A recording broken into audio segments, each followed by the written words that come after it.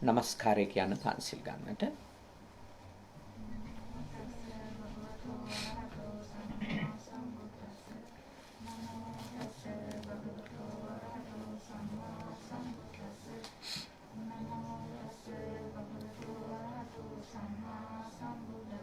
බුද්ධං සරණං ගච්ඡාමි ධම්මං සරණං ගච්ඡාමි සංඝං සරණං ගච්ඡාමි ဒ ුතියම්පි බුද්ධං සරණං ගච්ඡාමි ဒ ුතියම්පි ධම්මං සරණං ගච්ඡාමි ဒ ුතියම්පි සංඝං සරණං ගච්ඡාමි တ තියම්පි බුද්ධං සරණං ගච්ඡාමි တ තියම්පි ධම්මං සරණං ගච්ඡාමි တ තියම්පි සංඝං සරණං ගච්ඡාමි තිසරණ ගමනං සම්පුන්නං පාණාතිපාතා වේරමණී සික්ඛාපදං සමාදියාමි අදින්නාදානා වේරමණී සික්ඛාපදං සමාදියාමි කාමේසු මිච්ඡාචාරා වේරමණී සික්ඛාපදං සමාදියාමි මුසාවාදා වේරමණී සික්ඛාපදං සමාදියාමි සුරාමේරය මජ්ජපමා දට්ඨානා වේරමණී සික්ඛාපදං සමාදියාමි අප්පමාදේන සම්පාදේත समन्ता चक्रवालेषु अत्रा गच्छन्तु देवता सद्धम्मं मुनिराजस्स सुनन्तु सग्घ मोक्खदं ධම්මස්සවන කාලෝ අයං බදන්තා ධම්මස්සවන කාලෝ අයං බදන්තා ධම්මස්සවන කාලෝ අයං බදන්තා නමෝ තස්ස භගවතෝ අරහතෝ සම්මා සම්බුද්දස්ස නමෝ තස්ස භගවතෝ අරහතෝ සම්මා සම්බුද්දස්ස නමෝ තස්ස භගවතෝ අරහතෝ සම්මා සම්බුද්දස්ස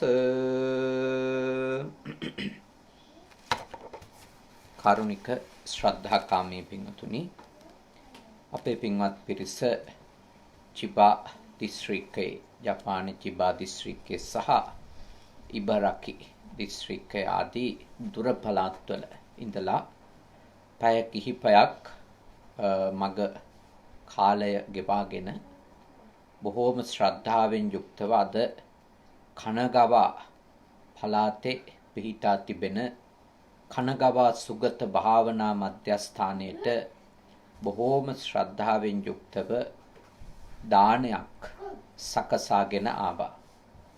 උතුම් දාන වස්තුවේහි අග්‍රභාගය ශාන්තිනායක බුදුරජාණන් වහන්සේට දහවල දානය විදියට පූජා කරලා අවශේෂ කොටස ආර්ය පුද්ගල මහා සංඝ රත්නයට සාංගිකමය වශයෙන් පරිස්කාර සහිතව පූජා කරන්නට යෙදුණා. දැන් දාන පින්කම අවසානයේ සද්ධර්ම දේශනාවක් පවත්වලා තමන්ගේ මිය ගියපු ඥාතීන්ට පින් අනුමෝදන් කරන්නටයි පින්වත් පිරිස සූදානම් වෙන්නේ. මේ උතුම් පින්කමේ මූලික අරමුණු කීපයක් තියෙනවා. එහි ප්‍රධාන අරමුණ වන්නේ භාග්‍යා කරුණානායක නෝන මහත්මියගේ ආදරණීය පියාණන් වහන්සේ දිනේෂ් චාමින්ද සිරිවාදන පවුලට එකතු වෙච්ච බෑණනුවන් තුමගේ මාමණ්ඩිය අනිකුත් පවුලේ අය කල්පනා කරන විදියට ලංකාවේ ජීවත් වෙන අම්මා ඇතුළු තමන්ගේ ස්වාමි පුරුෂයා, පියාණන්, සීයා, ඥාතිවරයා අවුරුදු 73ක් අභාවයට පත් වෙලා අවුරුදු 73ක් ආයුෂ භුක්ති විඳලා අභාවයට පත් වෙච්ච ආදරණීය තාත්තා උපාලි කුලරත්න පියාණන් වහන්සේට පින් අනුමෝදන් කිරීම තමයි මේ පවුලේ කල්යාණ මිත්‍රයින් සියලු දෙනාම සමග මේ පින්කම සූදානම් කරගත්ත මූලික අරමුණ. ඊට අමතරව මේ පින්කමට ආපු පින්වත් පිරිසගෙත් මියගිය ඥාතීන් ඉන්නවා. ඒ අයටත් පින් අනුමෝදන් කරන්නට මේ උතුම් දානමය පින්කමේදී සහ ධර්ම දානමය පින්කමේදී ඔබ අපේක්ෂා කළා. ඒ.ටී. ධම්මිකාද සිල්වා මහත්මියගේ ආදරණීය දෙමව්පියන් ඩී.ආර්. කමලාවතී මාතාවටත් ඒ.ටී. පීටර් සිල්වා පියාණන් වහන්සේටත් පින් අනුමෝදන් කරන්නට බලාපොරොත්තු වෙනවා. ඒ වගේම ධනපාල සන්නස්කල ආදරණීය පියාණන් වහන්සේට පින් දෙන්න ඒ සන්නස්කල පුතණුවන් මේ උතුම් පින්කමට සහසම්බන්ධ වෙනවා. රාජසේකර පියාණන් වහන්සේට පින් අනුමෝදන් කරන්නට ඒ පවුලේ ඒ පින්වත් පිරිස සම්බන්ධ වෙනවා. ඒ වගේම ඩොනල්ඩ් සිරිවර්ධන මහප්පට පින් දෙන්න චාමින්ද සිරිවර්ධන මහත්මයා බලාපොරොත්තු වෙනවා. ඊට අමතරව කේ.ඒ. අයිරින් මාතාවට නිරෝගී සම්පන්නිය ප්‍රාර්ථනා කරලා ඒ දරුවොත් මේ උතුම් පින්කමට සහසම්බන්ධ වෙනවා. ඉතින් බුද්ධ පුතුන් ශ්‍රාවක පිරිසත් සහසම්බන්ධ කරගෙන බොහෝම ශ්‍රද්ධාවෙන් ලංකාවේ ජීවත් වෙන ඔබේ ඥාති හිත මිත්‍රාදීන්ටත් සද්ධර්මයේ ශ්‍රවණය කරන්ට ලෝකවාසීන්ටත් සද්ධර්මයේ ශ්‍රවණය කරන්ට අවස්ථාවක් සලසමින් තමයි අද මේ උතුම් පින්කම සිද්ධ කරන්නේ. පියාණන් වහන්සේ වෙනුවෙන් පින්කම් රාශියක් එතුමාගේ අභාවයෙන් පස්සේ ඔය ඇත්ත සිද්ධ කරලා තියෙනවා. දන් දීම්, පින් අනුමෝදන් කිරීම ඒ කටයුතු බොහොම ශ්‍රද්ධා ගෞරවයෙන් සිද්ධ කළා. නමුත් 3 මාසයක් ගත වෙනකොට මේ වගේ විශේෂ පින්කමක් කරන එක අපේ චාරිත්‍රයනේ, අපේ සම්ප්‍රදාය. ඉතින් ලංකාවෙත් මේ කාලේ ඇඳිරි නීති තත්වය තිබෙන නිසා පින්කම් ආදී දේවල් කරන්ට රැස් වෙන්න අමාරුයි, බාර්ගාව රැස් වෙන්න පුළුවන් වුණාට. මොකද ඒක තමයි අපේ රටේ ක්‍රමය නේද? නමුත් අපි උපරිම සහයක් දෙන්න එපා රටවැසියෝ විදියට මේ වසංගතය දුරු කරගන්න. ඉතින් පින්කම් ආදී යහපත් කටයුතු වෙනුවෙන් හරි රැස් නොවි ඉන්න ප්‍රජාවට අපේ ගෞරවය සහ ආශිර්වාදය පුද කරනවා. අත්‍යවශ්‍ය දෙයකට අරුණුකොට එළියට යන්නේ නැති මිනිස්සු හැමෝටම. මොකද මේ වසංගත තත්වයෙන් අපේ වගේ රටක් බේර ගන්නට නම් අපි පුළුවන් තරම් පරිස්සමින් ඉන්න ඕන නිසා. කොහොම වුණත් ලංකාවේ පින් කටයුතු මේ කාලේ බණ කීම් වෙනත් පුද පූජා වන්දනා ඒ සියල්ලම නවත්තලා දාලා තියෙනවා. ස්වාමින්වහන්සේලට දානමාන වුණත් ගේට්ටුව ගාවට ගිහිල්ලා තියලා එන්න තමයි අද ලංකාවේ පවතින තත්ත්වය එක්ක හැඩ ගැහිලා තියෙන්නේ. ඒ කොහොම වුණත් ඒ කෙසේ වුණත් ඔය ඇත්තෝ මේ පින්කම තාත්තා වෙනුවෙන් 3 මාසේ පින්කම බොහෝම හොඳට ශ්‍රද්ධාවෙන් ගෞරවයෙන් සංවිධානය කරගෙන සූදානම් කරගෙන තියෙනවා.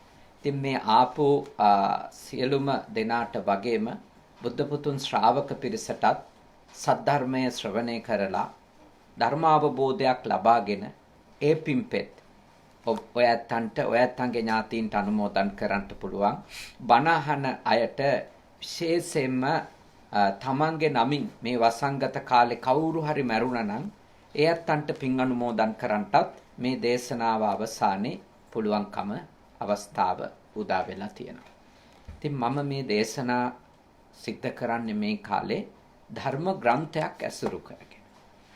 මොකද සාමාන්‍ය මිනිස්සු අවිවේකීකම නිසා හෝ කියවන්ට රුචිය අඩු නිසා හෝ පොත් කියවන්නේ නැහැ නේ. හරි අඩුයිනේ පොත් කියවන අය. කියවීමෙන් මිනිස්සු සම්පූර්ණ කරනවා ආදී දේවල් අහලා තිබුණට පොතක් ඉවර වෙනකන් කියවන අය බොහෝම පොඩ්ඩයි ලෝකේ ඉන්නේ. ජපානයේ ඉන්න අයට නම් මං හිතන්නේ කෝච්චියක යන වෙලාව කැරුණුකොට පොතක් කියවන්න වෙලාවක් යෙදෙන්නේ නැහැ. ඒකත් උදේ කෝච්චි වල යනකොට නෙමෙයිනේ. විවේකීව දුර ගමනක් යනකොට ඔන්න පොතක් කියවන්න පුළුවන්. නැත්තම් මෙහි අන්තර සූත්‍ර වගේ තමයි මනුස්ස ජීවිතත්. හැම පැයක්ම වැඩවලින් පිරීලා කාර්ය බහුලයි. හැම දෙයක්ම වෙලාවට පටන්ගෙන වෙලාවට ඉවර කරගන්න ඕනේ. නැත්තම් ඊළඟ වැඩේ අවුල් වෙනවා. ඇත්ත වශයෙන්ම ගත්තොත් මෙහිදී වයසට යනවා දන්නේම නැතුව. ලංකාවේ දවසක් ගෙවා ගන්න එක සමහර වෙලාවට හරි අමාරු වැඩක්. ඔරලෝසුව කී විටක් නම් බලනවදනේ. මෙහි ඔරලෝසුව බලලා ටික වෙලාවකින් ආයෙ බලනකොට රැට කණ්ඩ වෙලාවත් ඇවිල්ලා. එච්චරටම කාර්ය බහුලයි. එච්චරටම වැඩ අධිකයි. ඉතින් මිනිස්සු පොත් කියවන්නේ අඩුවෙන් කියලා මම දන්නවා. ගොඩක් අඩු. ඒ නිසා අපේ බෞද්ධයෝ අනිවාර්යයෙන්ම කියවලා දැනගත යුතු ධර්ම කරුණු ඇතුළත් ධර්ම ග්‍රන්ථ කීපයක් මේ කාලේ මම කියලා දෙමින් ඒවා උපුටා දක්වමින් දහම් ඉගැන්වීම සිද්ධ කරන්නේ මේ සේනාසනයේ වැඩ ඉඳගෙන. ඉතින් අද අපි සාකච්ඡා කරන ධර්ම මාතෘකාව අන්තර්ගත වෙන්නේ ඒ මේ දිනවල සාකච්ඡා කරන චිත්තෝපක්ලේශ ධර්ම කියන ධර්ම ග්‍රන්ථයේ තියෙන ධර්ම කරුණු.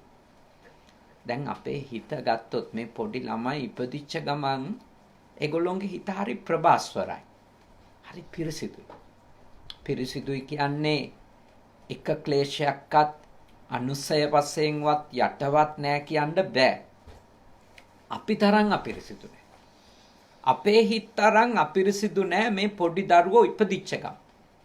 හැබැයි ඉපදිච්ච අවස්ථාවෙන් පස්සේදී එයාට හමු වෙන රූප හින්දා, ශබ්ද හින්දා, රස හින්දා, ගන්ධයන් හින්දා, ස්පර්ශ හින්දා එයාගේ හිත ටික අපිරිසිදු වෙනවා. ඒවට කියනවා ආගන්තුකේහි උපක්ඛිලේසේහි උපක්ඛිලිට්ටං කියලා. බාහිරින් හමු වෙච්ච අරමුණුත් එක්ක හටගත්ත උපක්ලේශයන් නිසා හිත අපිරිසිදු වෙනවා. අන්නේ උපක්ලේශ ගැන තමයි අපි මේ කාලේ ධර්මදේශනාවල සාකච්ඡා කරමින් සංවාද කරමින් තේරුම් ගන්නට උත්සාහ කරන්නේ.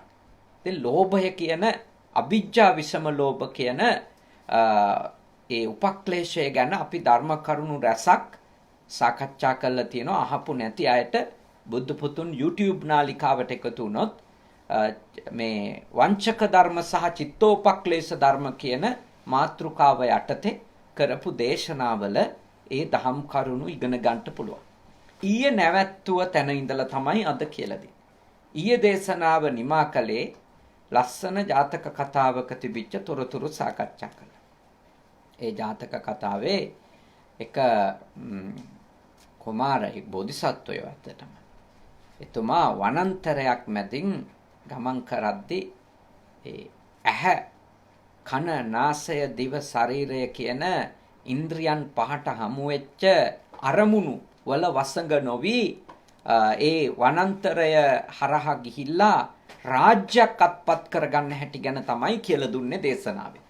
ඒකේ අන්තර්ගතය උනේ ඇත්තටම ඉන්ද්‍රියන්ට හමු වෙන අරමුණු වල වහලෙක් උනේ නැතොත් අපේ ගෝල් එක ගන්න පුළුවන්. අපේ අරමුණු එක්ක අපේ හිත විකෘති කරගත්තේ නැතොත් අපේ ඉලක්කයට යන්න පුළුවන්. අපිට වරදින්නේ අපිට හමු වෙන අරමුණු එක්ක අපි අපේ මූලික අරමුණ අමතක කරලා පස්සේදී හමු වෙන රූප, ශබ්ද, ගන්ධ, රස එක්ක සම්පූර්ණයෙන්ම අපි වෙනස් මානසික තත්වයකට ගමන් කරනවා. එතකොට තමයි අපිට පැටලෙන්නේ. ඉතින් හිත හදාගෙන කොහොමද ලෞකික ජීවිතේ ලෞකික අරමුණු ජය ගන්න කියලා තමයි ඊයේ දේශනාවේදී කතා කරන්නේ. අද අපි සාකච්ඡා කරන මාතෘකා තුල තියෙන්නේ ධර්ම කරුණු තුල තියෙන්නේ ලෝභයේම තවත් ස්වභාවයන් කීපයක් පිළිබඳව. දැන් ලෝභය කියන ධර්මයේ තියෙන හැටියක් තමයි ඒක පුරවන්න බෑ. කියන්නේ නොපිරෙන සුළු බව කියන එක ලෝභය කියන සිත අපිට තියෙනකොට අපිට පවතින දෙයක්. නොපිරුණු බව. උදාහරණයක් විදියට කිව්වොත් ලෝභය කියන ධර්මය ගැන රට්ටපාල තෙරුන්ගේ දේශනාවක් තියෙනවා රට්ටපාල සූත්‍රයේ. ඒ සූත්‍රය අවධාරණය කරනවා ඌනෝ ලෝකෝ අතිත්තෝ තණ්හා දාසෝ තෘෂ්ණාවෙහි දාස වෙච්ච මේ ලෝකයා හැම තිස්සෙම ඉන්නේ අඩුවක් එක්ක කියලා. අඩුවක් එක්ක. නොපිරුණු බවක් එක්ක. හිස් බවක් එක්ක තමයි තෘෂ්ණාවෙන් පිරුණු මිනිස්සයා හැම වෙලාවකම ජීවත් වෙන්නේ. පරිපූර්ණ නැහැ, මදි කියලා හිතෙනවා. ඒක කොච්චර නොපිරුණු බවක්ද කියනවා නම් මිනිස්සුන්ට කහවණු වැස්සක් වැස්සත් අපට ඇතිවීමක් නැති ස්වභාවයක්. ඒ ලෝභය කියන ධර්මයේ තියෙන කහවණු වැස්ස. ඒක ධර්මයේ උගන්වන්නේ නකහාපන වස්සේන තිත්ති කාමේසු විජ්ජති. කහවණු වැස්සත් කාමයෙහි ඇතිවීමක්. දැන් අපි කහවණු දැකලා නැහැනේ. අපි මෙහෙදි දකින්නවා යෙන්. ලංකාවේදී දකින්නවා රුපියල් නේ. මෙහෙදි අපි නිකන් උපමාවට ගත්තොත් මෙහි ලොකුම කොලේ මන් නේද? මන් 10000යි. එතකොට මන් ගැන ලංකාවේ අයට මෙහි ආපු අයට හිතෙන්නේ මන් එකක් දැක්කම 20000යි කියලා. මොකද රුපියල් වලට කන්වර්ට් කරලා හිතන්නේ. රුපියල් වලට පරිවර්තනය කරලා හිතුවම මන් එක දිහා පේන්නේ 20000යි කියලා. මෙහි විදියට හිතෙන්නෙත් නැහැ. හැබැයි වියදම් කරන්න වෙන්නේ මෙහි විදියට. හැබැයි ඔළුවට එන්නේ රුපියල් වලින්. ඒක මේ ලෝකේ කොයි රටේ ජීවත් වෙන සිංහල මිනිස්සුන්ට වෙච්ච දෙයක්. සිංහල නෙවෙයි ශ්‍රී ලාංකික හෝ ඉන්දියානු හෝ මිනිස්සු හැමතිස්සෙම Tamanට හම්බ වෙන එක රුපියල් වලට පරිවර්තනය කරගෙන තමයි හිතන්නේ. ඒක මේ අත වශයෙන්ම මේ යම් රටක ඉඳිද්දී නම් මගේ අදහස අනුවන සිතුවිල්ලක් කියලා. එහෙම හිතලා ජීවත් වෙන්න බෑ ඊළඟට. මොකද මන් එකක් යනකොට ඔළුවට එන්නේ 20000ක් යනවා වගේ. එතකොට අසහනෙ වැඩි. අතෘප්තිය වැඩි. අපි හිතමුකෝ මන් කොළනේ දසදහසේ කොළ වැස්සක්. දැන් මේ අද හෙට වහිනවානේ. ඊයේ රෑ ඉඳලම වහිනවා. මන් කොළ 20000ක් නේ. ඒ රුපියල් 20000ක වටිනකමක් තියෙන මෙහි නම් යෙන් 10000ක වටිනකමක් තියෙන මන්කොළ වැස්සක් ඇද වැටෙන්න පටන් ගත්තා. ටික වෙලාවක් වේගෙන් වැහලා එක සැරේටම පෑවුවොත් මිනිස්සයාට හිතෙන්නේ ලොකු දෙයක් පෑවුවා කියලා නෙමෙයි අපරාධේ පෑවුවා කියලා. ඒක තමයි ඇත්ත. අපරාධේ පෑවුවා. තා ටිකක් අස්සනම් කොච්චර හොඳද නේ. ඒ වගේ අපේ ධනයට හෝ නේ වෙනත් දේවල් වලට හෝ තියෙන තෘෂ්ණාව කියන එක ලැබුණටම සම්පූර්ණ වෙන එකක් නෙමෙයි. ලැබුණට සම්පූර්ණ වෙන්නේ. එහෙම නොපිරෙන සුළු බවක් තෘෂ්ණාවේ තියෙන.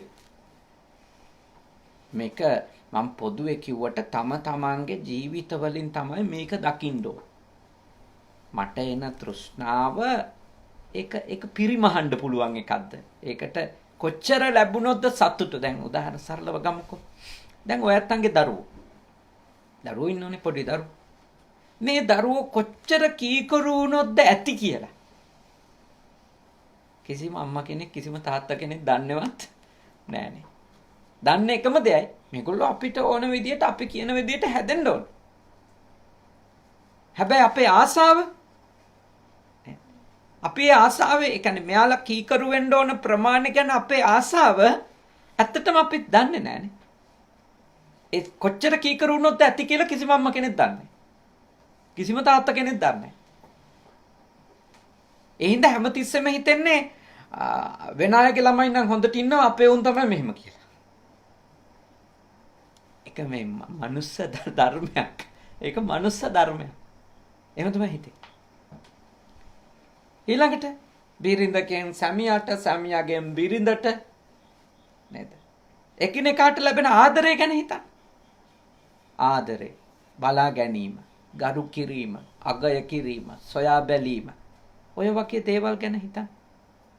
ඔය වගේ දේවල් සම්බන්ධව ඔය වගේ මනෝභාවයන් සම්බන්ධව බහුතරයක් අය ඉන්නේ තෘප්තිමත්වද අතෘප්තිමත්වද? අතෘප්තිමත්. තමන්ට ලැබෙන ආදරය, ගෞරවය, සොයා බැලීම, අගය කිරීම ඇති කියලා හිතන අය මන් දන්නේ කී දෙනෙක් ඉන්නවද කියලා. හැමෝටම හිතෙන්නේ මදි කියලා. කොච්චර අනිත් අය එකිනෙකාට ආදරෙයිද කියලා පාර යන අය දිහා බලලා ගණන් හදා ගන්නවා. ඊගොල්ලෝ ඇත්තටම එකිනෙකාට ආදරෙයිද කියලා බලන්න නම් ඒ ගෙවල් වල අවුරුද්දක් විතර ඉඳලා බලන්න ඕනේ. ඒ කියන්නේ එහෙම නැතුව කිසිවෙකුට කවුරුවක්වත් කියන්නේ එහෙම නිගමනයකට එන්න පුළුවන් කමක් පුළුවන්ද? මතු පිටින් බලලා මෙයාලා නම් හරි ආදරෙන් ඉන්නවා මට තමයි ආදරේ නැත්තේ. මම ඔබට යෝජනා කරනවා ඒ වගේ මෝඩ දේවල් ඇතුලේ රැවටෙන්න එපා. කවුරු හරි අනිකට ආදරේද නැද්ද කියලා මේ පාරේ ඇවිදින විදියට හොයාගන්න බෑ. උත්සවයකදී හැසිරෙන විදියට හොයාගන්න බෑ. පන්සලේදී හැසිරෙන විදියට හොයාගන්නත් බෑ. ඒක ඇත්තටම තේරුම් ගන්න ඒගොල්ලෝ එකිනෙකා එක්ක ජීවත් වෙන විදිය අපි අත්දැකීම් ලබන්න ඕනනේ. ඒ වගේ මතු පිටින් බලලා දේවල් ගැන මම කියන්නේ ප්‍රකාශන කරන්න නිගමනවලට එන්න හෝ අඩුම තමන්ව සසඳගෙන මෝඩ විදියට තමන්ට ඉන්න අයව ක්‍රිටිසයිස් කරන්න යන්න එපා කියලා. හේතුව දන්නේ නැති අයගේ ජීවිත ගැන සසඳලා අපි කොහොමද අපිට ලැබෙන දේ ගැන අඩු වැඩි කතාක් පවත්තා. තණ්හාවේ ස්වභාවය තමයි ආදරය කියන එක කොච්චර හම්බුණත් ඇතිද මදිද? මදි. තණ්හාවේ ස්වභාවය එක. ආදරය කියන එක එක විදියකින් හම්බ වෙනකොට තව විදියකින් නොලැබෙන කොටස ගැන මිනිස්සු විඳවනවා. නේ සමහර කෙනෙක් එයාගේ ආර්ථිකමය වශයෙන් දක්වන දායකත්වය ගැන සතුටුයි. හැබැයි එයාගෙම තියෙන ප්‍රශ්නයක් කතා කර ඉන්න ප්‍රමාණය අඩුයි. කවි කියන්න දන්නේ නැහනේ.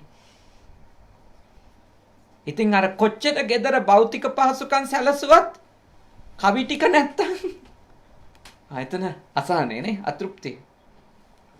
සමහරුන්ට කවි විතරයි පුළුවන්. නේද?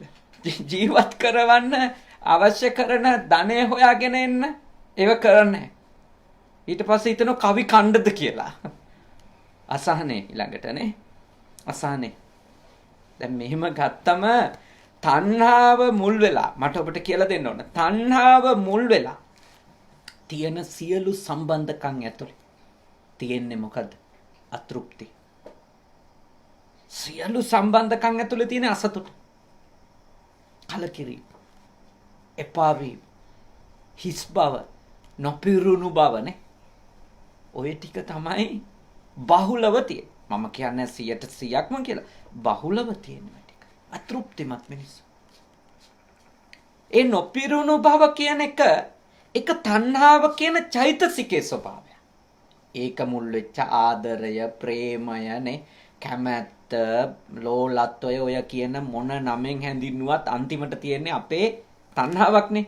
එක්ක රූප තණ්හාවක්, එක්ක ශබ්ද තණ්හාවක්, එක්ක රහ තණ්හාවක්, එක්ක ස්පර්ශ තණ්හාවක්, එක්ක සුවඳට තණ්හාවක් නේ. ඔය ටිකනේ තියෙන්නේ ඇත්තම කාරණේ යටටම ගැඹුරටම පරමාර්ථ විදියට කියලා බැලුවොත් අපි ඔය අනිකගෙන් හෝ අනෙක් දේවල් වලින් ලැබෙන ඔය කියන ආරම්මන පහට තමයි අපේ තියෙන තෘෂ්ණාව. ඒකට අපි ලස්සන හොඳ යහපත්නේ මට සිලුටු නම් යොදලා තියෙනවා ආදරය, ප්‍රේමය, සෙනෙහස. ඒවා මට සිලුටු නම්නේ. ඒවා මිහිරි. ඒවයි ආස්වාද කොටසක් තියෙනවා. ආශාද කොටසක් තියෙනවා ඒවා. එතකොට ඔබ අවබෝධ කරගන්නට ඕනි දේ තමයි මේ නොපිරුණු බව තණ්හාවේ ස්වභාවයක් කියන්නේ. දැන් අපි රේරුකාණේ හාමුදුරුවෝ ඒ ගැන කරන විස්තරය හුම්කම් දෙමු.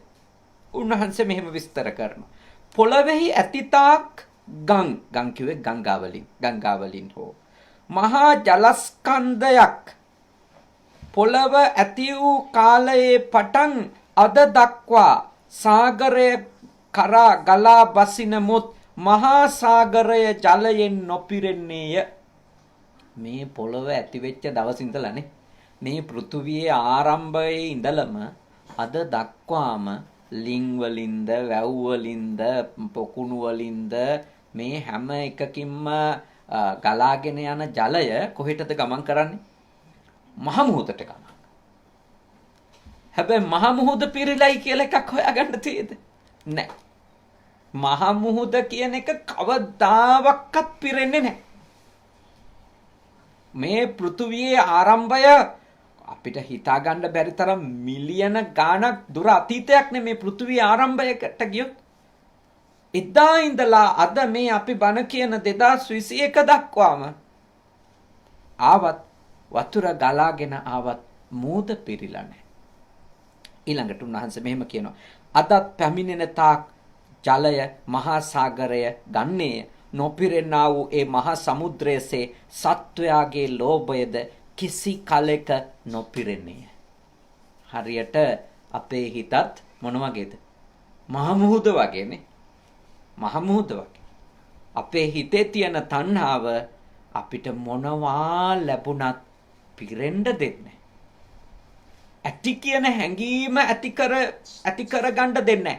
ඒක අමාරුවෙන් ඇති කර ගන්න පුළුවන්. එක ඉබේ ඇති වෙන්නේ.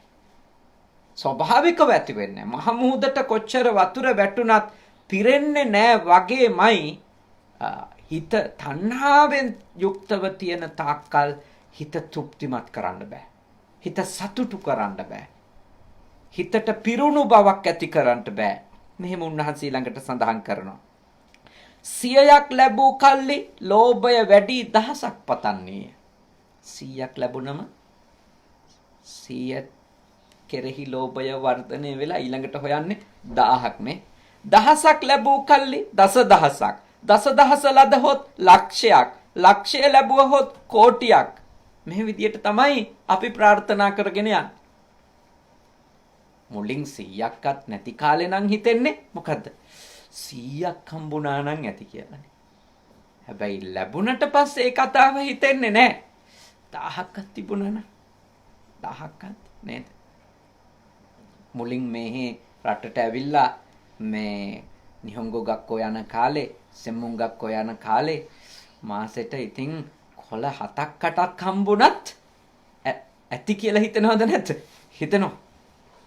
දැන් හිතනවා 35 50ත් මොනව කරන්නද කියලානේ. ඒ කියන්නේ දැන් ටික අර අපිට නැති කාලේ ඒ කියන්නේ නැති කාලේ ඇති වෙයි කියලා හිතපු ගාන දැන් හම්බ වෙලා. හැබැයි අපි සතුටින් නැහැ. දැන් තියෙන්නේ ඊට වඩා වැඩි ගානක් හොයා ගන්න විදිහ. එහෙම වුණොත් සතුටින් ඉන්න හැටි ගැන තමයි අපේ ඔළුව වැඩ කරන්නේ. ඒක මනුස්ස ස්වභාවය. තණ්හාවෙන් යුක්ත තාක්කල් අපි කාගෙත් ස්වභාවයෝක. ඊළඟට දැන් මෙහෙම කියනවා. එක් රටක් ඇති රජ තව රටක් පතන්නේය. එය ලදහොත් තව රටක් පතන්නේය. ඒද ලදහොත් තව රටක් පතන්නේය. ඒද ලදහොත් තවත් රටවල් පතන්නේ. මුළු ලොවම එක් රජෙකුට උවද තෘප්තියට පැමිණීමක් නොවන්නේය. ඒ කියන්නේ දැන් අපිට රටවල් අල්ලගන්න ඒවා ගැන එච්චර ලොකු අත්දැකීමක් නැහැනේ. දැන් අපේ ගම්වල ඉන්න සමහර ආදෝ ප්‍රාදේශීය සභාවට යනුනේ මොන જાතියෙන් හරිනේ. ප්‍රාදේශීය සභාවට ගියපු මිනිහාගේ ඊළඟට ඔළුව වැඩ කරන්නේ ඒකේ කවද්ද මම සභාපති වෙන්නේ කියලා. එතන දක්වා මොන જાතියෙන් හරි ගියොත් නේ ඊළඟට ඔළුව වැඩ කරන්නේ පළාත් සභාවට පයින් හැටිනේ. එතනට ගියොත් පළාත් සභාවේ නිකන් മന്ത്രി වෙලා වැඩක් නැහැ, නිකන් ඇමති වෙලත් වැඩක් නැහැ. පළාත් සභාවෙත් කවුරු වෙන්න ඕනද කියලා හිතන්නේ. පළාත් සභාවෙත් මහා ඇමති වෙන්න ඕනේ කියලා. ඊළඟට හිතනවා යාට දැන් ඇති පළාත් සභා කෙරුවා മന്ത്രി වෙන්න ඕන, පාර්ලිමේන්ත යන්න ඕන කියලා හිතනවා. ඊළඟට හිතනවා අයියෝ පාර්ලිමේන්තු මන්ත්‍රීට මොනවද කරන්න පුළුවන්? ඒකට නම් රාජ්‍ය ඇමති කෙනෙක්වත් වෙන්න ඕනේ. ඒක ගත්තු මිනිහට කැබිනට් වෙන්න ඕන වෙනවානේ. ඒක ගත්තු මිනිහට ඊළඟ හීනේ දකින්නේ මැරෙන්න කලින් අගමැති පුටුව. පුළුවන් වුණොත් විධායක ජනාධිපති පුටුවත්. ඒ කියන්නේ අර මේ කතාව අපිට තේරුම් ගන්න හරි ලේසි. දැන් රටවල් අල්ල යන එක පැරණි ක්‍රමයනේ නේ. දැන් මේ අපි ඉන්න ජපානෙත් එහි හිස්ටරි එක බැලුවොත් මේගොල්ලොත් මේ රට තුල විතරක් තමන්ගේ බලය තහවුරු කරගෙන ඉඳපු රටක් නෙමෙයි. මේගොල්ලොත් රටින් රටට අල්ල ගිහිල්ලා තියෙනවානේ. සාල යුද්ධ වලට පැටලිච්ච අය. ඉතින් හිතන්නකෝ. මුල් කාලේ ඇමරිකාවට ගිහිල්ලා පර්ල් වරායට බෝම්බ දාලා ආව කිව්වම කියන්නේ මොන රණකාමීත්වයකින් තමන්ගේ බලය ව්‍යාප්ත කරගන්න මූදෙන් එතරටත් මේගොල්ලොන්ට තිබිලද කියලා. නේ චීනය කොරියාව ඒ රටවල් තවමත් වෛර කරමින් ඉන්නේ මේ රටේ සමහර ඉතිහාස සිදුවීම් වලටනේ. තවමත් වෛර කරනවානේ. සමහර තැන්වලට රටේ ප්‍රධානියෝ ගියොත් එහෙම ඒකට වෙනම උද්ඝෝෂණ හට ගන්නවා ඒ රටවල් වලනේ.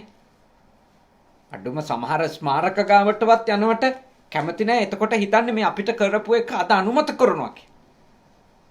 එච්චරටම මේ රටේ මේ ඒ ඉතිහාසය බොහොම දීප් ලෝක ව්‍යාප්ත එකක් නේ. රට තුල විතරක් නැවතිච්ච එකක් නේ. එහෙම යුගයක් ඉතිහාසෙ තිබුණා. ඉතිහාසෙ හැම රටකම ඔය වගේ හිටියා රටින් රටට අල්ලගෙන යන්න ඕනි කියලා හිතපුවා. ඒක තණ්හාවේ හැටි. එකක් අත්පත් කරගත්තට පස්සේ හිතෙන්නේ තව එකක්. ඒක අත්පත් කරගත්තට පස්සේ තව එකක් නේ. මේ විදියට දැන් බලන්ටක ලෝකේ කලාපීය බලවතුන් වෙච්ච අයට හිතෙන්නේ කවද්ද අපි ලෝක බලවතුන් වෙන්නේ නේ. ලෝක බලවතුන් වෙච්ච අයට මේ ලෝකෙ විතරක් මදි. අනිත් අයට කලින් අපි හඳ ජය ගන්න ඕන. අඟහරු ජය ගන්න ඕන නේ. ඒ කියන්නේ අපේ තෘෂ්ණාව තමයි ඇත්තටම ඒක ලෝකයේ විවිධ ජනපද දේශ දේශාන්තර හොයාගෙන ගිහින් තියෙන ඔය ලෝකේ ගොඩක් රටවල් මිනිස්සු හොයාගත්තා කියලා කියන්නේ ඇත්ත වශයෙන්ම තෘෂ්ණාව විසින් මිනිසා මෙහෙවනවා තමන්ගේ දිවයින ඇරුණුකොට තව දේවල් හොයන්න. ඒකෙන් මං කියන්නේ හොඳ එකක්වත් උනේ නැහැ කියලා. ඒ කියන්නේ මේ මිනිස්සුන්ගේ තෘෂ්ණාව නිසා එක යහපතක්වත් උනේ නැහැ කියලා නෙමෙයි මේ කියන්නේ. ඉතින් තෘෂ්ණාව ජීවිත තෘෂ්ණාව තියෙන හින්දානේ වැක්සින් එකක් හැදෙන්නේ. ජීවිතයට මිනිස්සු තණ්හාව නැති වුණා නම් මේ වසංගතෙන් අනේ ඔක්කොම මැරිච්චාවේ කියලා නිකන් ඉන්නවා. අපි මේ අපොයින්ට්මන්ට් දාගෙන යයකු කරගෙන මොන જાතියින් හරි බෙහෙත විද්දෝ ගත්තේ ඇයි? තෘෂ්ණාවනේ. ඒ කියන්නේ මේ තෘෂ්ණාව කියන එකෙන් මේ ලෝකෙට යහපතක් සංවර්ධනයක් දියුණුවක් අත් වෙලා නැහැ කියන්න බෑ. දියුණුව යනුම තෘෂ්ණාවේ කොටසක්. බුදුදහම කියන්නේ මිනිස්සු ඒකේ අතෘප්තිමත් කියන එක. බුදුදහම කියන්නේ ඇත්ත යථාර්ථයනේ. මිනිස්සුන්ට දේවල් ලබා දීලා මිනිස්සු තෘප්තිමත් කරන්න බෑ කියන එක කියන්නේ. එතකොට කාට හරි එක්කෙනෙකුට තෘප්තිමත්ව ඉන්න ඕනි නම් එයා තෘෂ්ණාවෙන් නිදහස් වෙන්න ඕනි. ඒක එයාගේ පුද්ගලික කාරණේ. කාට හරි තෘප්තිමත් වෙන්න ඕන නම් එයා තෘෂ්ණාව පාලනය කරන්න ඕන, තෘෂ්ණාවෙන් නිදහස් වෙන්න ඕන. එහෙම නැතුව කාටවත් නිදහස් වෙන්න බෑ. දුකෙන්, විඳවිල්ලෙන්. මේ ලෝකයේ මිනිස්සු කොච්චර විඳවමින්ද ඉන්නේ තමන්ගේ තෘෂ්ණාව හින්දා. තමන්ගේ අසහනෙ හින්දා. මොකද හේතුව අපි හැමෝම කැමති අපි ආදරේ වෙච්ච දේවල් අපිට ඕන විදියට තියනවටනේ. දැන් ඔය ඇත්තෝ කැමතිද අවුරුදු 74ක් වුණා කියලා තාත්තා මිය යනවට? කැමති නෑනේ. මොකද හේතුව? ඔය ඇත්තෝ දැඩිසේ තාත්තට ආදරේ. එයා මිය යනවට කැමති වෙන්නේ නැහැ.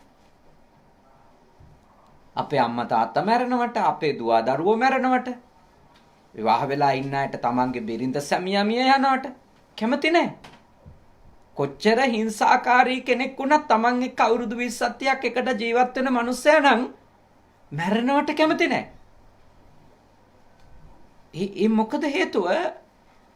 ඒ අපේ කෙනෙකුට බැඳුනට පස්සේ, දෙයකට බැඳුනට පස්සේ අපිට ඕන කරන්නේ ඒ දේ තව අපිට පහසු වෙන විදියට වැඩි තියනවා දකින්න.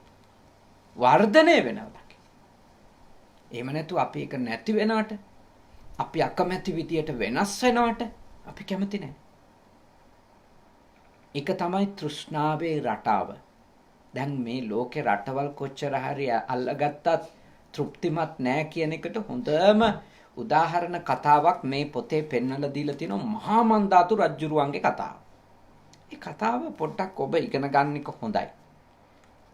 මේ බෞද්ධ විග්‍රහයක් තියෙනුනේ ලෝක ආරම්භය ගැන. ලෝකේ ආරම්භක අය ගැන බෞද්ධ විග්‍රහයක් තියෙනවා. ඔය අග්ගඤ්ඤ සූත්‍රය වැනි සූත්‍ර ධර්මවල ඒව සාකච්ඡා කරලා තියෙනවා. දැන් මේ කල්පයගේ පටන් ගැනීමේදී කිව්වේ මේ කල්පය මේ මහාභද්‍ර කල්පය කියලානේ කියන්නේ අපි කකුසඳ කොණාගම කාශ්‍යප ගෞතම මෛත්‍රී කියන බුදුරජාණන් වහන්සේලා පස් නමම පහළ වෙන මේ කල්පයනේ. එතකොට මේ ආරම්භයේදී ලෝකේ පාලනය කරපු රජ්ජුරුවෝ ගැන කියන්නේ මහා සම්මත කියලා. මහා සම්මත කිව්වේ මහජනයා විසින් සම්මත කරගත්තු කියලා. කවුරුත් එක්ක එක හැඩි දැඩි යමක් කමක් තියෙන පුරුෂයෙක් තෝරගත්තලු. ඔයා තමයි අපේ රජ්ජුරුවෝ. ඔයා අපිව ආරක්ෂා කරන්න ඕන. ඔයා අපිට රැකවරණය සලසනවට අපි ඔයාට අපේ ආදායමෙන් යමක් ගෙවනවා. එහෙම තමයි පළමුවෙන්ම මහා සම්මත රජ්ජුරුවෝ බවට පළවෙනි රජ්ජුරුවෝ පත් වුණා කියලා කියන්නේ බෞද්ධ විග්‍රහයට. ආබස්තර බ්‍රහ්ම ලෝකෙන් ආපු කතාවේ ඒ ආපු අය මේ පෘථුවියේ ජනාවාස වෙලා ඊළඟට මිනිස්සුන්ගේ කුලල් කා ගැනීම වෙනවා, භූමිය බෙදා ගන්න බැරුව අරගල හට ගන්නවා, ඇති නැති පරතරය එනවා, හොරකම පටන් ගන්නවා. දැන් මේවට කවුරු හරි දඬුවම් දෙන්න කෙනෙක් ඕනේ. එතකොට කවුරුත් එක්ක කල්පනා කළා එකතු වෙලා පත් කරගත්තු රජුරුන්ට කියනවා මහා සම්මත. ඒක තමයි බෞද්ධ විග්‍රහය. මහා සම්මත රජුරු. දැන් එයාගේ පුතාගේ නම රෝජ. ඊළඟට රෝජ කියන රජුරුවන්ගේ පුතාගේ නම වරරෝජ. එයාගේ පුතාගේ නම කල්යාණ. කල්යාණ කියන රජුරුවන්ගේ පුතාගේ නම වරකල්යාණ. ඊළඟට වරකල්යාණගේ පුතාගේ නම උපෝසත. උපෝසත කියන රජුරුවන්ගේ පුතා තමයි මහා මන්දාතු. මේ අපේ බෞද්ධ විග්‍රහයට අනුව ආසියාතික චින්තනයට අනුව ලෝකේ ඔය විදිහේ රජ පෙළපතක් ඇවිල්ලා තියෙනවා. දැන් මේ මහා මන්දාතු රජුරෝ ඔහුගේ බලය ගැන කියනවා මෙහෙම. එතුමා වනාහි සප්ත රත්නයෙන් හා 이르දි සතරකින්ද යුක්ත වූ චක්‍රවර්ති රජෙක් විය. මහා මන්දාතු රජුරෝ කියන්නේ එයාට සප්තවිධ රත්නයක් තිබිලා තියෙනවා. අර චක්‍ර රත්නය, ස්ත්‍රී රත්නය, ගහපති රත්නය, පුත්‍ර රත්නය, පරිනායක රත්නය, ඔහොම කියලා රත්න 7ක්. මණි රත්නය නේ. ඔහොම රත්න 7ක් තියෙනවලු සක්විති රජ කෙනෙකුට. ඒවා එයාගේ ඵලය කියන්නේ සයුර තමයි කෙලවර. මුළු පෘථුවියටම අධිපති. පතව්‍යා ඒක රජ්‍යේන කිව්වේ ඒක. පාලියෙන් කියන්නේ පතව්‍යා ඒක රජ්‍යේන. මුළු පෘථුවියටම අධිපති සිව් දිවයිනේම නායකයා. ප්‍රධානියා. එයාට තිබිච්ච භූමියයි. එතකොට මේ රජුරවන්ට 이르දිත් තිබිලා තියෙනවා. 이르දි කියලා කියන්නේ විශේෂ හැකියාවක් නේ. සිංගමන් කිරීම ආදී දේවල් මැවීම ආදී විශේෂ ආධ්‍යාත්මික හැකියාවනුත් තිබුණා. භෞතික සම්පත් අතින් ගත්තම සප්තවිධ රත්නයක් තිබුණා. රජේ ඒවයි විස්තර ගත්තොත් ඒවා ටිකක් අද මිරකල් ඒවා සාමාන්‍යයෙන් ශ්‍රද්ධාවක් තියෙන කෙනෙක් කරනකොට විශ්වාස කරන්නේත් නැහැ අනේ ඕවා වෙන්න පුළුවන්ද කියලා. හැබැයි දැන් මැණික් ගල් දැම්මම අපි දන්න දෙයක් තියෙනනේ ඕන බොර වතුර එකක් මැණික් ගලක් දැම්මොත් මොකද වෙන්නේ? පිරිසිදු වෙනවනේ. මැණික් ගල හින්දා බොර වතුර පිරිසිදු වෙනවා. පවිත්‍ර වෙනවා. දැන් මේ රජුරවන්ට තිබිච්ච මණි රත්නය කියන එක. ඒක දැම්මොත් ඕනම බොර වතුරක් මේ විශාල දුර ප්‍රමාණයක් පිරිසිදු වෙනවා. ඒ වගේ විශේෂ බිරිඳක් නේ ස්ත්‍රී රත්න කිව්ව එක. පුත්‍ර රත්න, සේනාව, පරිනායක රත්න, චක්‍ර රත්නය. ඒක ගමන් කරන්න පුළුවන් එකක් අහසින් එහෙම විවිධ තැන්වල. මේ විදිහට ගත්තහම විවිධ රත්නයන් තිබිලා තියෙනවා මෙයාට. එතකොට එතුමා සත්‍රුවන් වැසි වස්සන්නට සමර්ථයෙක් විය. ආවුස කොච්චරද? සුවාසු දහසක් වර්ෂ කුමාර ක්‍රීඩා කළේ තරුණයෙක් විදියට ඉඳලා තියෙනවා අවුරුදු 84000. තරුණ කාලේ. ඒ කියන්නේ අති දීර්ඝ ආයුෂක් තිබිලා තියෙනවානේ. දැන් කකුසඳ බුදුහාමුදුරුවන්ගේ කාලේ එක ආයුෂක්. කොණාගම බුදුහාමුදුරුවන්ගේ කාලේ තව ආයුෂක්. අන්තිමටම කාශ්‍යප බුදුරජාණන් වහන්සේගේ කාලේ මිනිස්සෙකුගේ ආයුෂ අවුරුදු 20000. ගෞතම බුදුහාමුදුරුව පහළ වෙනකොට තමයි මිනිස්සෙකුගේ පරමාවුස මේ අවුරුදු 120 කියන තත්ත්වයට. අද වෙනකොට මිනිස්සයාගේ පරමාවුස අවුරුදු 80 නේ 75 එක සමහර රටවල් වලට සාපේක්ෂව වෙනස් වෙනවා. ඇවරේජ් එකක් විදිහට 80ක් විතර තමයි. මුළු ලෝකෙ. හැබැයි අතීතයට කියොත් ඒ අතීතේ මිනිස්යාගේ ආයුෂ ඊටාම දීර්ඝයිලු. මේ අපේ ග්‍රන්ථවල තියෙන තොරතුරු වලට අනුවනේ. මේක මගේ අත්දැකීමවත් මගේ මහා ඥානයකින්වත් කියන එක නෙමෙයි පොතපතේ තියෙන. ඉතින් මෙතුමා තරුණයෙක් විදියට ඉඳලා තියෙනවා 84000ක් අවුරුදු. ඊළඟට සක්විති 80000ක් තවත් 84000ක් කාලය එතුමා රාජ්‍ය කරලා තියෙනවා. එතුමාගේ මුළු වයස වර්ෂ අසංඛ්‍යකයි. එතුමා ගත කරපු මුළු වයස වර්ෂ අසංඛ්‍යක්. අසංඛ්‍යක් කියන්නේ මේ 1.140ක්. අසංඛ්‍ය ලියන්න වෙන්නේ 1.140ක්. එයාගේ මුළු වයස. ඒක තමයි අසංඛ්‍ය. 1.140ක්. එච්චර දීර්ඝ කාලයක් එයා ජීවත් වෙලා තියෙනවා. එතකොට දැන් එතුමගේ ජීවිතේ එක් දිනක් තණ්හාව පුරවන්නට අසමර්ථව කලකිරුණු ස්වභාවයකින් සිටියේ. එක දවසක් මෙයාට මේ මුළු පෘථුවියත් අයිති වෙලා ඒත් අසතුටින් ඉන්න දවසක්. එහෙම ඉන්නකොට ඇමතියෝ ඇවිල්ලා අහනවා දේවයන් වහන්සේ කුමට කලකිරී සිටිනසේක්ද ඇසූහ. එකල්ලි රජතුමා කියනුවේ මාගේ පින්බලේ හැටියට මේ රාජ්‍ය සුලිය මේ කුමටද සැපැති තැනක් ඇත්තේ කොහිදයි කීහ. එයාට මුළු පෘථුවියම අයිති. හැබැයි එයා හිතනවා මං කරලා තියෙන පින්වල හැටියට මේක මොකක්ද? මට මේක පොඩි. මීට වඩා සැපැති තැනක් තියනවාද? මේ විදියට ඇහුවම දෙවිවරු කියනවා දිව්‍ය ලෝකය නම් මීට වඩා සැපැත්තේ. දිව්‍ය ලෝකය ඉතින් මීට වැඩිය සැපයි කියලා කියනවා. එකල්ලි එතුමා චක්‍රරත්නානුභාවයෙන් සිය පිරිසත් සමග චාතුර් මහරජික දිව්‍ය ලෝකයට ගියේ.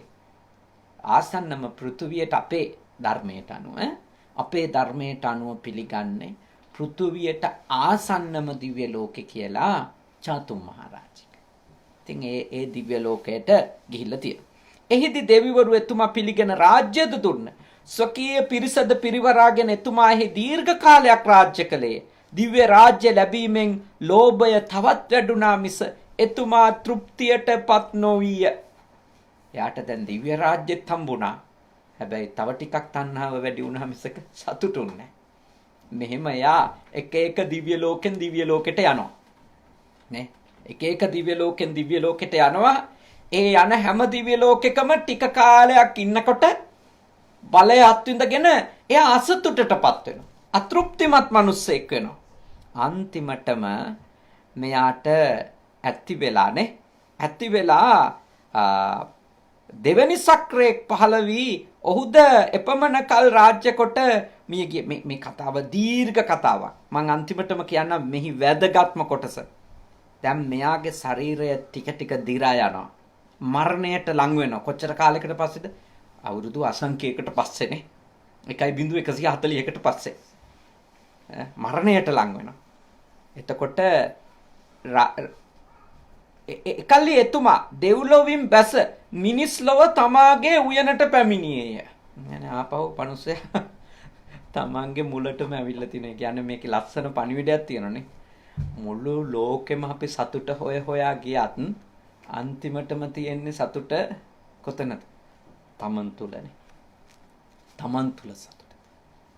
මුළු ලෝකෙම යන්න පුළුවන් සතුට හොයා. අන්තිමටම එන්න වෙන්නේ තමන් තුලට. තමන් තුලින් විතරයි ඕන කෙනෙකුට සතුට හොයා ගන්න පුළුවන්. මුළු ලෝකෙම රවුම් ගහලා දිව්‍ය ලෝකවලත් ගිහිල්ලා අන්තිමට මැරෙන්න කිට්ටුව මහා මන්දාතු රජුරු ආපහු වෙනවා කොහෙටද? පෘථුවියට තමන්ගේ උයනට. කොටින්ම කිව්වොත් මහ පොළොවට බැස්සානේ. මහ පොළොවට බහින්දුණා යාට. දැන් මරණයට ළඟයි. උයනට යනවානේ. එතකොට උයනට පැමිණියේ. උයන් පාලකයා මන්දාතු රජු පැමිණි බව රජගෙට දැන්වීය. ඉතින් අවුරුදු ගාණක් නැතුව ඉඳපු රජුරු ආපු බව රජගෙදර අයට කියලා තියෙනවා. කිව්වේ මහා මන්දාතු රජුරු වගේ මේ ඉඳපු අයත් එතකොට ඒ කාලේ සමස්ත මනුෂ්‍ය වර්ගයාම දීර්ඝායුෂ විඳිමින් ඉඳලා තියෙනවා කියන එකේ අදහස. නැත්තම් මේක මහා මන්දාතු රජුරවන්ට විතරක් තිබිච්ච විශේෂ ආයුෂක් නෙමෙයි. කොහොම නමුත් ඔහු ආපු බව කියනවා. එතකොට රජගෙයින් නෑයෝ අවුත් එතුමාට උයනෙහිම යහනක් පැනවූහ. එතුමා එහි මතු නොනැගිටිනසේ සැතපුනේය. එතුමාට පනවපු ආසනේ ආයේ නැගිටින්නේ අවසාන මරණ මංචකේ. එයා දිගා වෙනවා. ඇමතියෝ මෙහෙම අහනවා. මහරජාණෙනි, නුඹ වහන්සේ මතු මහජනයාට කුමක් කියන්න මෝදැයි විචාලෝය. ඔබ වහන්සේට මොකද්ද අනාගතේ පහළ වෙන මිනිස්සුන්ට කියන්න තියෙන්නේ කියලා. අනාගතේ පහළ වෙන මිනිස්සුන්ට කියන්න තියෙන්නේ මොකද්ද කියලා මහා මන්දාතු රජුරුවන්ගෙන් අහනවා ඇමතියෝ ටික. එතුමා කියන කතාව තමයි වැදගත්. ඒක තමයි මැසේජ් එක. අර 84000 කතාව ඔක්කොම අමතක කරලා දාන්නකෝ. ඒවා විශ්වාස නැත්තම්. හැබැයි පණිවුඩේ වැදගත් එකක් කියනවා. මොකද්ද? එකල්ලි එතුමා මෙහෙම කියනවා. මාගේ ඇවෑමෙන් මහජනයාට මෙහෙම කියන්න කියලා කියනවා. මන්දාතු රජතුමා 2000ක් පිරිවර කොදෙව් ඇති සතර මහද්වීපයෙහි චක්‍රවර්තී රජකම් කොට චාතුර්මහා රාජික දිව්‍ය ලෝකයේද රාජ්‍ය කොට සක්‍රයන් සතිස් දෙනෙකුන් නික්මෙන තුරු තව්තිසා දෙව්ලොවද රජසිරි විඳ තෘෂ්ණාව සම්පූර්ණ කරගත නොහැකිවම කාලක්‍රියා කලේය යන පණිවිඩය කියව්. තේරුණානේ? එතකොට 30 ගාණක් සක්‍රදේවේන්ද්‍රවරු පහළ වෙලා මැරිලා යනකම්ම දිව්‍ය ලෝකෙත් රජා විදියට ඉඳලත් අන්තිමට මනුස්ස ලෝකෙට ඇවිල්ලත් එතුමා කියනවා මහා මන්දාතු මැරුණේ අසතුටින් අතෘප්තිමත්ව තණ්හාව සම්පූර්ණ කරගන්න බැරුව කියලා අනාගතේ ඉන්න මිනිසුන්ටත් කියන්න කියලා. කොච්චර වටින පණිවුඩයක්ද නේ. ඕකම මහා ඇලෙක්සැන්ඩර් රජුරුවත් කියලා. මහා ඇලෙක්සැන්ඩර් රජුරුවෝ එයා මරණාසන්නේ යත් මේ ලෝකය අල්ලගත්තු මිනිසෙක්නේ. සෑහෙන යුද්ධ කරලා. එයා අන්තිමට මරණාසන්නේ එයාගේ ඇමති ඔක්කොම කැඳවලා කිව්වලු මගේ අන්තිම කැමති පාත්‍රය. මොකද්ද කරන්න ඕන කියලා අහුවම කිව්වලු මම මරුණට පස්සේ මගේ දේහය තියන්න ඕන අත් දෙක විවෘතව. මෙහෙම අත් දෙක අල්ල පේන විදියට අත් දෙක දිගෑරලා තියන්න ඕන. සාමාන්‍යයෙන් මරණවල අපේ තියන්නේ අත් දෙක මෙහෙම ගැට ගහලා ඇඟිලි එකට බැඳලානේ තියන්නේ. හැබැයි ඇලෙක්සැන්ඩර් රජුරෝ කියලා තියෙනවා මම මරුණට පස්සේ අත් දෙක මෙහෙම විවෘතව කාටත් පේන්න තියන්න. ඊළඟට කියලා තියෙනවා මාව එක්කරන් යන්න ඕනේ. කියන්නේ මගේ දේහය ගෙනියන්න ඕන 4 දෙනයි. කවුද? රාජකීය වෛද්‍යවරු 4 දෙනා. රාජකීය වෛද්‍යවරු 4 දෙනා තමයි. කියන්නේ මට බේත් කරපු දොස්තරලා 4 දෙනා තමයි මගේ දේහය අරන් යන්නේ. ඊළඟට මගේ දේහය අරන් යනකොට මම මහද්වීප වලින් ගෙනාපු මහා ධන ධාන්‍ය මුතු මැණික් තියෙනවා. මේවා දේහය අරන් යනකොට පාරේ හලහල යන්න ඕන. දේහය ඊට උඩින් යනවා. මිනිස්සුන්ට දෙන්න ඕන ඒවා අහුල ගන්න. ඔය තුන කියලා තියෙන තව කීපයක් කියලා තියෙනවා. යාගේ මේ කොහොමද සොහොන හදන්නේ ඔය වගේ කතා. ප්‍රධාන යොතු. ඇමතිවරුන්ට හරි ප්‍රශ්නයක්. මේ මහා ලෝකයක් ජයගත්තු මිනිස්සයාගේ අවසන් කටයුතු කරන්න විදිය කියන විදිය රාජකීය නෑනේ. දැන් මේ රාජෙක්ගේ දේහයක් ඉතින් අරන් යන්න මේ මීටර් 100න් 100ට ගෙනියන්න කොච්චර ඉන්නවද? හැබැයි කියනවා ගෙනියන්න ඕන දොස්තරලා 4 දෙනා. ඇයි කියලා ඇහුවා. එහෙම මේ දේහය දොස්තර 4 දෙනා ගෙනියන්න ඕන කියන්නේ ඇයි? එතකොට කිව්වා මිනිස්සු දැනගන්න ඕන මහා ඇලෙක්සැන්ඩර්වත් ලෙඩ වලින් බේරගන්න සදාකාලික කාටවත් දොස්තරලට බැරි බව. එහෙම සදාකාලික ජීවිතයක් දෙන්න සමර්ථ වෛද්‍යවරු ලෝකෙ නැති බව ලෝකයා ඉගෙන ගන්න ඕන. මට සදාකාලික ජීවිතයක් දෙන්න බැරි වෙච්ච මේ වෛද්‍යවරු 4 දෙනා මගේ දේහය අරන් යනකොට ලෝකයා දැනගනි විද්‍යාව අසාර්ථකයි කියලා. ඒ අවස්ථාව පොඩ්ඩයි කියලා දෙන්න පුළුවන්. එක දෙක ඊළඟට ඇහුවා හරි ඉතින් ඔබතුමා ඇයි මේ ඔක්කොම හම්බ කරපු දේවල් පාර දිගේ දදා යන්න කියන්නේ? එතකොට කිව්වා මිනිස්සු දැනගන්න ඕන මහා රාජ්‍යයන් අත්පත් කරගත්තු ඇලෙක්සැන්ඩර් මොකුත් අරන් ගියේ නැහැ කියලා. ඇලෙක්සැන්ඩර්ගේ දේහය ඉස්සරහට අරගෙන යනකොට ඇලෙක්සැන්ඩර් හම්බ කරපු ධනය ඒ තැන්වල නැවතිච්ච බව මිනිස්සු ඉගෙන ගන්න ඕනේ. ඊළඟට ඇහුවා හරි. ඉතින් අත් දෙක එකතු කරලා තියන්න එපා කියන්නේ. එහෙම අපේ සම්ප්‍රදායක් නැහැ. අත් දෙක විවෘතව තියන්න කියන්නේ ඇයි? මිනිස්සු හිතන්න පුළුවන් ඔය කිව්වට ඇලෙක්සැන්ඩර් අත් දෙක ASCII හරි මොනවා හරි හංගන් ගියා කියලා. ඒ නිසා පේන්නම තියන්න ඕනේ හිස් අතින්මයි ගියේ කියලා. හිස් අතින්මයි ගියේ කියලා. මහා මන්දත්තු රජුරුවන්ගේ කතාවට සමානයි නේ. මේ කතාවල විවිධ තොරතුරු වල සමකම් විසමකම් තියෙන්න පුළුවන්.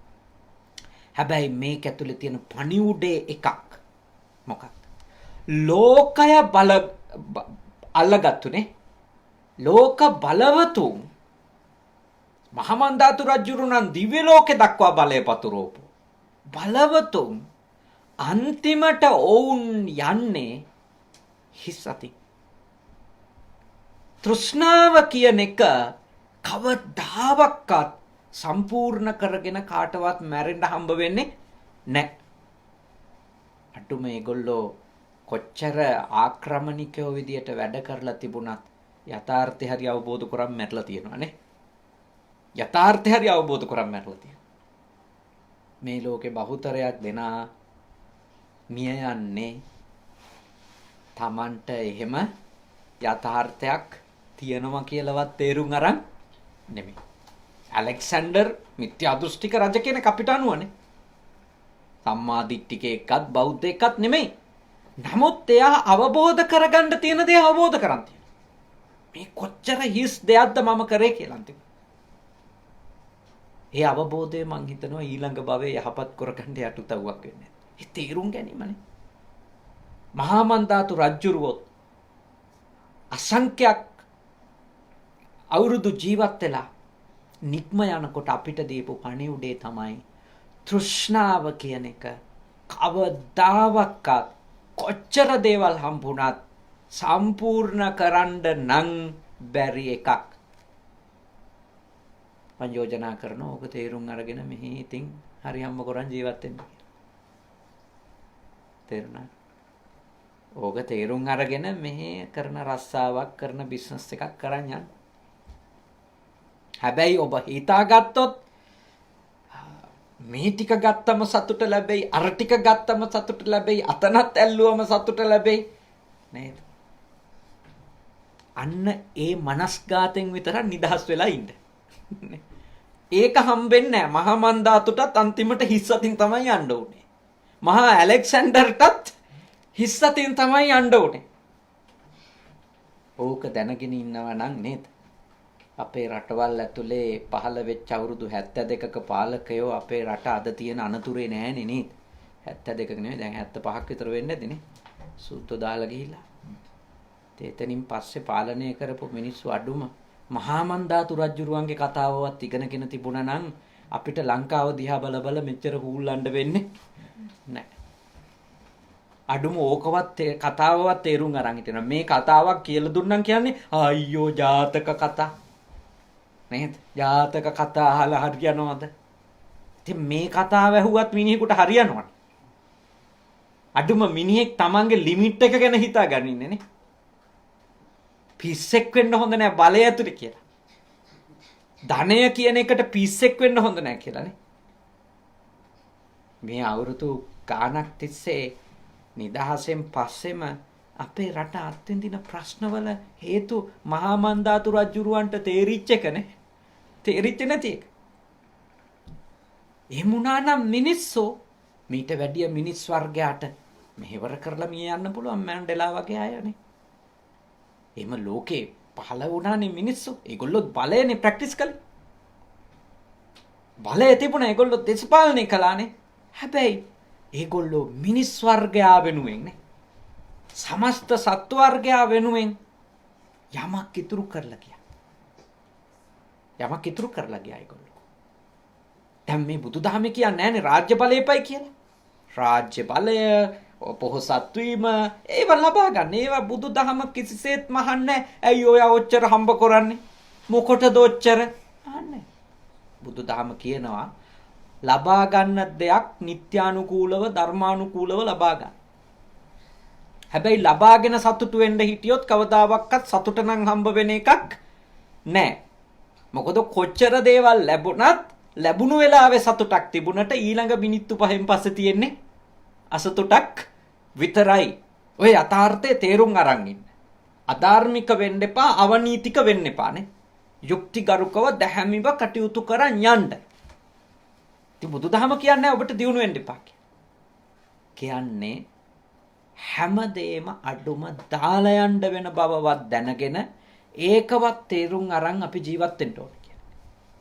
එහෙම නැති වුණොත් අපිට වරදින වැරදිල්ලනේ. රටටත් වරදිනවා, පුද්ගලිකව අපිටත් වරදිනවා. අපි අපේ සීමා ලකුණු කරගත්තේ නැත. ඒ හින්දා අද ඉගෙනගත්තු මහා මන්දාතු රජුරුවන්ගේ කතාවනේ. තෘෂ්ණාව කියන එක කවදාවත් පුරවන්න බැරි එකක් කියන එක තේරුම් ගන්නට අපිට ලොකු උපකාරයක්. කොයි තෘෂ්ණාව? ධන තෘෂ්ණාව, බල තෘෂ්ණාව, රූප තණ්හා, ශබ්ද තණ්හා, ගන්ධ තණ්හා, රස තණ්හා නේ. කොච්චර රූප වලින් ලැබුවත් රූප තණ්හාව කියන එක ලබාගෙන ඉවර කරන්න හම්බෙන එකක් නෙවෙයි. රූප මාරු කර කර ගියා කියලා තෘෂ්ණාව ඉවර වෙන්නේ නැහැ. එක එක හඬට ආස වෙවි ගියා කියලා ඉවර වෙන්නේ ඇති වෙන්නේ. බුදුදහම යෝජනා කරනවා දැහැමිව යම්කිසි සීමාවක් ලකුණු කරගන්න. ඒක මට කියන්න බෑ මෙන්න මෙච්චරයි ඔය ඇත්තන්ගේ සීමාව කියලා. මට කියන්න පුළුවන් ඔය ඇත්තෝ ලබා ගන්න දේ අඩුම අපාය යන විදියට වැඩ කරලා ලබා ගන්න යන්න එපා. දුගතිගාමී වෙන විදියට වැඩ කරලා ලබා ගන්න දේ ලබා ගන්න එපා. එච්චරයි කියන්න පුළුවන් සීමාව. සීමාව මොකද්ද කියලා අහුවොත් කෙටියෙන්ම දැහැමි බව ආගම ධර්මයට අනුකූලව, රටේ ලෝකයට අනුකූලව නම් මොකද්ද? නිත්‍යානුකූල බවනේ. ඔය දෙක තියාගන්න. දැහැමි බව තියාගත්තොත් අපායෙන් ගැලවෙන්න පුළුවන්. නිත්‍යානුකූල බව තියාගත්තොත් හිරේ විලංගු වෙන වැටි ජීවත් වෙන්න පුළුවන්. ඔය ඇතිනේ. ප්‍රමාණය Taman තීරණය කරගන්න. කොතනද යන්නේ? කොතෙන්ටද ඕන? ඒක කාටවත් කියන්න බෑ. ඒක ආගම් වලටවත් කාටවත් මොකක් කියන්න බෑ. මිනිස්සුන්ට කරුණාවෙන් කියන්න පුළුවන් දේ තමයි බුදුහාමුදුරුවෝ කියලා තියෙන්නේ. උත්තාන විරියාදි ගතා කොච්චර හම්බ කරගත්තත් කමන්නේ උත්සාහයෙන් වීරයෙන්. බාහා බල පරිචිතා අතපය වෙහෙසවල සේදාවක් කිත්තා දහඩිය වගුරවල හැබැයි ධම්මිකා ධම්ම ලත්තා ධාර්මික නිත්‍යානුකූල සදාචාර සම්පන්න. ඔන්න ඔය පදනම ඔබ අවබෝධ කරගන්න ඕන ජීවිතේ. මොකද තෘෂ්ණාව කියන ධර්මය එක්ක අපි ජීවත් වෙනකොට අඩුම අපි තෘෂ්ණාව කියන ධර්මයෙන් වියරු වැටෙන්න හොඳ නැහැ. තෘෂ්ණාව කියන සිතුවිල්ලේ වහලෙක් වෙලා විකල් වෙන්න හොඳ නැහැ. අපි අපේ ආරක්ෂාව මෙලොවටත් පරලොවටත් සැලසෙන විදියට වැඩ කරන්න ඕන. ඉතින් අද දවසේ තාම ශ්‍රද්ධාවෙන් ඔය ඇත්තෝ මේ දේශනාව හෝරාවක් පුරා ශ්‍රවණය කරා. තව විශාල පිරිසක් බුද්ධ පුතුන් මුහුණු පොතෙන් අඛණ්ඩවම මේ මහ දවල් ලංකාවේනේ 300කට අධික පිරිසක් අඛණ්ඩවම මේ දේශනාව සජීවීව ශ්‍රවණය කළා. තව දහස් ගාණක් නෙමෙයි දසදහස් ගාණක් ඉදිරි සතිය දෙක ඇතුළත මේ දේශනාව ශ්‍රවණය කරා. මේ විශාල පිරිසකට ඔයැත්තෝ ධර්ම දානමය පින්කමක් ධර්මය ඉගෙන ගන්නනේ නොයසූ දේ අහන්න. දැන් අද අහපු දේවල් ගොඩක් ඒවා ඔයැත්තෝ අහපුවා නෙමෙයිනේ. අහලා තිබිච්ච දේවල් උනත් තව හොඳට මහා මන්දාතු කියලා නමක් අහලා ඇතිනේ. හැබැයි ඒ කතාව, ඒ පරපුර, ඒ තොරතුරු අහපු දේවල් තව දියුණු කරගන්න ඔබට මේ දේශනාව නිසා ලැබුණා. මේ පැයක පමණ කාලය පුරාම හිත තුල රාග, ద్వේෂ, මෝහ කියන අකුශල ධර්ම ආවේ නැතුව හිත පිරිසිදුව තියාගත්තා. ඉතින් ඔයත්න්ගේ ආදරණීය මියගිය ඥාතිවරුන්ට පින් කරගන්න ඔයත්ෝ හොඳ අවස්ථාවක් සලසලා දුන්නා. ඉතින් විශේෂයෙන්ම උපාලි කුලරත්න පියාණන් ජීවතුන් අතර ඉඳිද්දිත් අඛණ්ඩවම අපේ ධර්ම දේශනාවන් බොහෝම ශ්‍රද්ධාවෙන් අහපු ඒ දේවල් ශ්‍රද්ධාවෙන් තමන්ගේ ජීවිතයට එකතු කරගන්නට වීර්ය කරපු ගුණවත් තාත්තා කෙනෙක් නේ. ඉතින් එතුමා අවුරුදු 74ක් ජීවත් වෙලා දරුවන්ගේ පියාණන් වහන්සේ නමක් විදියට බිරිඳට හොඳ ස්වාමි පුරුෂයෙක් විදියට ජීවත් වෙලා මේ වසංගත කාලේ අභාවයටපත් වුණා. නමුත් එතුමා වෙනුවෙන් දියණියට අවසන් කටයුතු වලට සම්බන්ධ වෙන්නට අවස්ථාවක් නොලැබුණත් බෑණනුවනුත් දියණියත් එකතු වෙලා පින්කම් රාශියක් සිත කරන්නට යෙදුණා. දානමාන දීම් පින්පෙත් අනුමෝදන් කිරීම ආදී කටයුතු මේ රටේදී ඉන්න හිතවතුන් කල්යාණ මිතුරු මිතුරියන් එක්ක එකතු වෙලා මහා සංඝ රත්නය මුල් කරගෙන සිද්ධ කළා.